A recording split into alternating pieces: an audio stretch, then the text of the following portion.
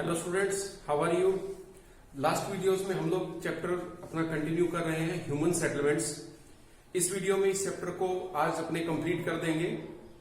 Rest जो part है वो आपका पार्ट रहेगा फंक्शनल क्लासिफिकेशन ऑफ टाउन, मतलब फंक्शंस के बेस के ऊपर में टाउन्स को कैसे क्लासिफाई किया हुआ है। आज तक आपने टाउन्स सुने होंगे, आप टाउन देखते भी हैं, लेकिन इस तरीके का भी क्लासिफिकेशन होता है क्या? बिल्कुल होता है। तो आज के वीडियो में हम यही सब देखने वाले हैं। तो आइए स्टार्ट करते हैं।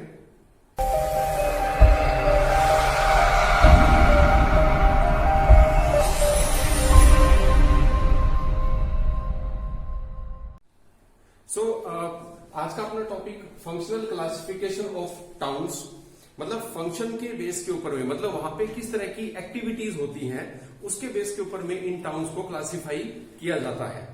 ऐसा नहीं है कि अगर एक कैटेगरी में है तो दूसरी कैटेगरी में टाउन नहीं हो सकता, बिल्कुल हो सकता है, बट मोस्टली वो टाउन हम जिस कैटेगरी में उसको स्टडी करेंगे वो मोस्टली उसी स्टडी के लिए वो जाना जाता है, मतलब ज्यादातर उसी तरीके का काम उसमें होता है। आगे देखेंगे तो आपको वन बाय वन ये क्लियर होता जाएगा। सो इसी कैटेगरी में फर्स्ट आ जाता है वो है एडमिनिस्ट्रेटिव टाउन। एडमिनिस्ट्रेटिव टाउन का मतलब क्या हुआ? वो सारे के सारे टाउन जहां पे एडमिन से रिलेटेड वर्क होते हैं, मतलब एडमिनिस्ट्रेटिव टाउन्स। आप एक तरीके से बोल सकते हो हर स्टेट की जो कैपिटल है और जो यूनियन टेरिटरीज हैं वो सारे के सारे एडमिनिस्ट्रेटिव टाउन में आ सकते हैं। जैसे न्यू दिल्ली, आप बोल सकते हो कि न्यू दिल्ली एक आपका एडमिनिस्ट्रेटिव टाउन है। उसके अलावा आप जयपुर, भोपाल, इस तरह के बहुत सारे एक्सेट्रा, ऐसे जितने भी आप सिटीज देख रहे हो, जितने भी कैपिटल हैं इंडिया के स्टेट्स के, वो सारे एडमिनिस्ट्रेटिव टाउन की कैटेगरी में आते हैं। सेकंड आ जाते हैं, सेकंड कैटेगरी में आता है आपका इंडस्ट्रियल टाउन, जहां पे इंडस्ट्रीज लगी हो। जहां पे इंडस्ट्रीज लगी हुई है वो इंडस्ट्रियल टाउन की कैटेगरी में आते हैं। जहां पर मेनली इंडस्ट्रीज का वर्क होता है वो उस कैटेगरी में आ जाते हैं। जैसे मुंबई, अब ये मुंबई कैपिटल में भी आ गया और इसमें भी आ गया मुंबई। उसके बाद में सलेम, मोदीनगर, भिलई, ये एक्सेट्रा, ये सारे जो सिटीज हैं और भी इस तरह के सिटीज हैं जो इंडस्ट्रियल टाउन की सिटी में आ जाते हैं। मतलब यहां पर मेन इंडस्ट्रीज का वर्क है, यहां इंडस्ट्रीज खूब सारी स्टैब्लिश है, तो उस कैटेगरी में आ जाता है। थर्ड है ट्रांसपोर्ट सिटी, जहां पर ट्रांसपोर्ट का काम होता है। ट्रांसपोर्ट सिटी और ट्रांसपोर्ट टाउन, जहां पर मेनली ट्रांसपोर्टेशन का वर्क होता है। अब ट्रांसपोर्टेशन का वर्क मेनली कहां होता है? पोर्ट्स में होता है। तो जितने भी पोर्ट हैं वो इस कैटेगरी में आ जाते हैं। जैसे कोची, कांडला, उसके अलावा चेन्नई, हल्दिया, पारादीप, ये सारे इसी कैटेगरी में आ जाते हैं। ये सारे के सारे जितने भी हमने नाम लिए वो सारे ट्रांसपोर्टेशन में आ जाते हैं, जहां पे मेनली ट्रांसपोर्ट का बिजनेस होता है। वो इनलाइन ट्रांसपोर्ट भी हो सकता है और वो इंपोर्ट एक्सपोर्ट के लिए भी हम लोग उसको यूज कर सकते हैं। वो सारे इस कैटेगरी में आ जाते हैं। Fourth, commercial. कमर्शियल टाउन, जहां पर कमर्शियल एक्टिविटी ज्यादा होती है। कमर्शियल एक्टिविटीज का मतलब जहां पे बिजनेस से रिलेटेड एक्टिविटी जो है वो ज्यादा होती है, वो सारे कमर्शियल टाउन में आ जाते हैं। जैसे कोलकाता,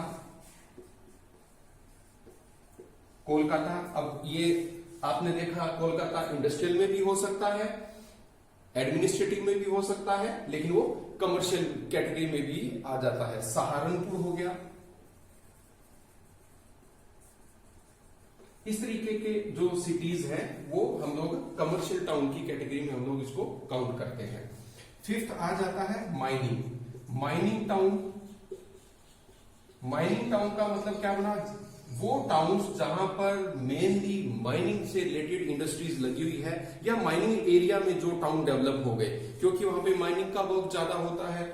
इस तरीके में सिटीज में कौन कौन से आ जाते हैं? जैसे रानीगंज, झरिया, रानीगंज आ गया आपका, झरिया आ जाता है। उसके अलावा डिगबोई आ जाता है, सिंगरौली है, और तालचर है, इस तरीके के सिटी जो है वो इस कैटेगरी में आते हैं, जहां पे मेनली बेसिकली माइनिंग का वर्क जो है वो ज्यादा होता है, वो सारे इस कैटेगरी में आते हैं। अब ऐसा नहीं है कि वो टाउन सिर्फ एक कैटेगरी में होगा, दूसरी कैटेगरी में नहीं होगा। बिल्कुल ये भी हो सकता है कि वो टाउन अलग अलग कैटेगरीज में भी वो काउंट हो जाए। जैसे हमने देखा मुंबई का एग्जांपल, वो एडमिनिस्ट्रेटिव टाउन भी है और वो कमर्शियल टाउन भी है, उस कैटेगरी में आ जाता है। फिर नेक्स्ट कैटेगरी इसकी है गैरिसन। गैरिसन टाउन की कैटेगरी में आते हैं जैसे अंबाला,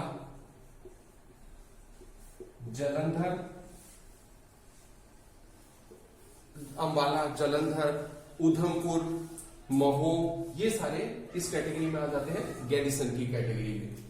7th इसकी जो कैटेगरी है वो है एजुकेशनल टाउन। एजुकेशनल टाउन का मतलब जहां पर एजुकेशन से रिलेटेड बिजनेस या एजुकेशन से रिलेटेड एक्टिविटी ज्यादा होती है।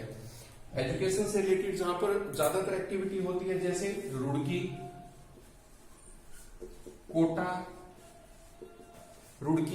कोटा, वाराणसी, यहां पर एजुकेशन से रिलेटेड अलीगढ़, यहां पर एजुकेशन से रिलेटेड एक्टिविटीज ज्यादा होती है, तो वो इस कैटेगरी में हम लोग इसको रख देते हैं। Next category religious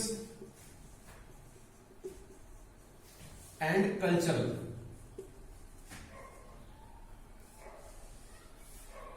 religious and cultural town, जहां पर रिलीजियस से रिलेटेड और कल्चर से रिलेटेड ज्यादा उस कैटेगरी में हमने इसको क्लासिफाई कर रखा है। इस कैटेगरी में आ जाता है जैसे हरिद्वार, पुरी, हरिद्वार हो गया, पुरी हो गया।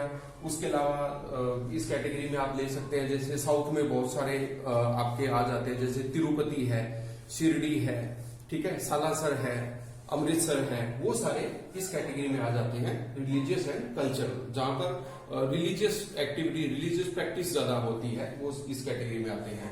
9th आ जाता है आपका इसी कैटेगरी में टूरिस्ट टाउन, जहां पर टूरिस्ट लोग ज्यादा जाते हैं, जहां पे टूरिस्ट लोग ज्यादा जाते हैं। जैसे आप इस कैटेगरी में ले सकते हो जोधपुर, जैसलमेर, शिमला, ऊटी एक्सेट्रा। तो अब आपने इसमें ये देखा कि ऐसा नहीं है कि अब इसमें जयपुर नहीं आया, तो जयपुर भी टूरिस्ट प्लेस है। जयपुर टूरिस्ट प्लेस में भी, टूरिस्ट टाउन की कैटेगरी में भी आ सकता है, और वो एडमिनिस्ट्रेटिव टाउन की कैटेगरी में भी आ सकता है, रिलीजियस में भी आ सकता है, वो उस कैटेगरी में, एजुकेशन में भी आ सकता है। तो ऐसा नहीं है कि हर सिटी एक ही कैटेगरी में होगा, नहीं, वो एक से ज्यादा कैटेगरी में भी वो सिटी हो सकता है। सो ये था हम लोगों का टोटल चैप्टर। अपना चैप्टर जो है यहाँ पूरा कंप्लीट होता है। नेक्स्ट वीडियोस में अपने नेक्स्ट चैप्टर्स देखते रहेंगे। Thank you.